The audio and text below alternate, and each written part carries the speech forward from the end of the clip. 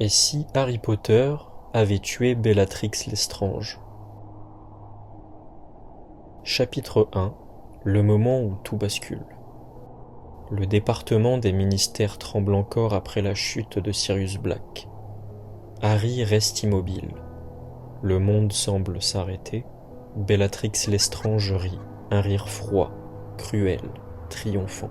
Quelque chose se brise en Harry. Il lève sa baguette. Cette fois-ci, il ne cherche pas à la faire souffrir.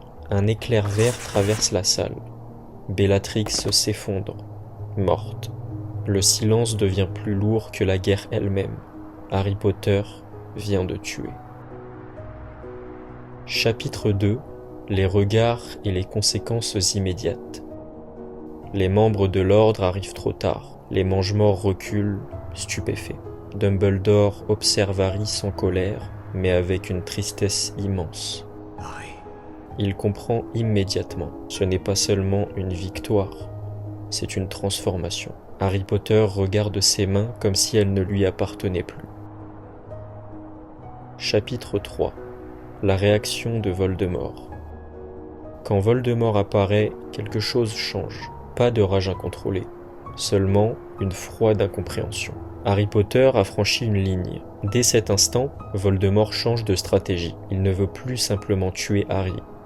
Il veut prouver qu'Harry peut devenir comme lui. Les attaques deviennent plus cruelles, plus personnelles. Chapitre 4. Le monde magique divisé. La nouvelle se répand. Harry Potter a utilisé un sort impardonnable. Certains l'appellent héros, d'autres parlent d'un enfant dangereux.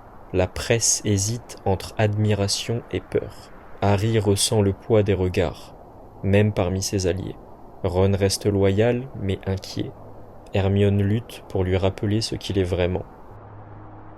Chapitre 5. La transformation.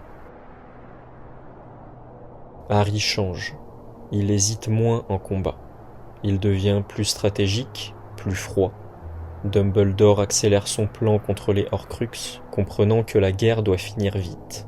Mais une question le hante. Harry Potter gagnera-t-il sans perdre son âme? Chapitre 6. La fin différente. Quand l'affrontement final arrive, Harry ne cherche plus seulement à désarmer. Il accepte la violence nécessaire pour arrêter Voldemort. Le duel est plus brutal, plus rapide. La guerre se termine avec moins de pertes, mais une atmosphère plus sombre. Harry survit, le monde le célèbre, mais seul, face au lever du soleil, il comprend. Il a sauvé le monde. Et pourtant, une partie de lui est restée dans cette salle du département des ministères le jour où Bellatrix est tombée.